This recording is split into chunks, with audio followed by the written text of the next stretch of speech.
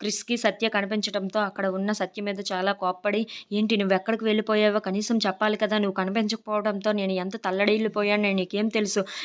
నిన్ను కన్న తల్లిదండ్రులకే కాదు, నిన్ను ప్రేమించే వాళ్ళకి కూడా నీ మీద ప్రేమ ఉంటుందని అర్థం చేసుకో" అని చెప్పేసైతే అక్కడ ఉన్న చెట్టునైతే గట్టిగా చేత్తోని కొడుతూ ఉంటాడు. దాంతో అక్కడ ఉన్న క్రిష్‌కైతే చేతికి దెబ్బ తగిలి రక్తం కారుతూ ఉంటుంది. అది చూసిన సత్య అయితే చాలా కంగారు పడిపోతూ ఉంటుంది. ఏంటి ఇలా చేశారని చెప్పేసైతే అనుకుంటూ ఉంటుంది. ఇంతలో అక్కడ ఉన్న వాళ్ళ బాబాయ్ మాత్రం, "ఏ చిన్నా ఏం చేసావురా నువ్వు" అని చెప్పేసైతే అంటూ ఉంటాడు. "అది కాదు బాబాయ్, తనకి మీ అందరికీ ఇక్కడ చేతికి దెబ్బే కనిపిస్తుంది. కానీ నా లోపల ఎంత బాధ ఉందో మీకు కనిపించడం లేదు" అని చెప్పేసైతే అక్కడి నుండి వెళ్ళిపోతూ ఉంటాడు.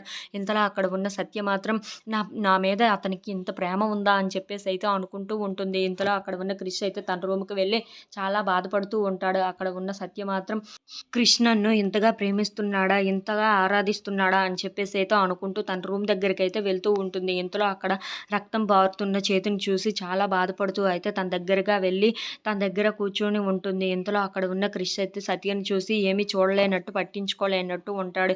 అది చూసిన సత్య అయితే తన చేతిని తన చేతిలోకి తీసుకొని అక్కడ ఉన్న గాయానికైతే మందు రాసి పెడుతూ ఉంటుంది. అలా వాళ్ళిద్దరి మధ్య అయితే ప్రేమ పెరుగుతూ ఉంటుంది. If you like this video please like, share and subscribe friends.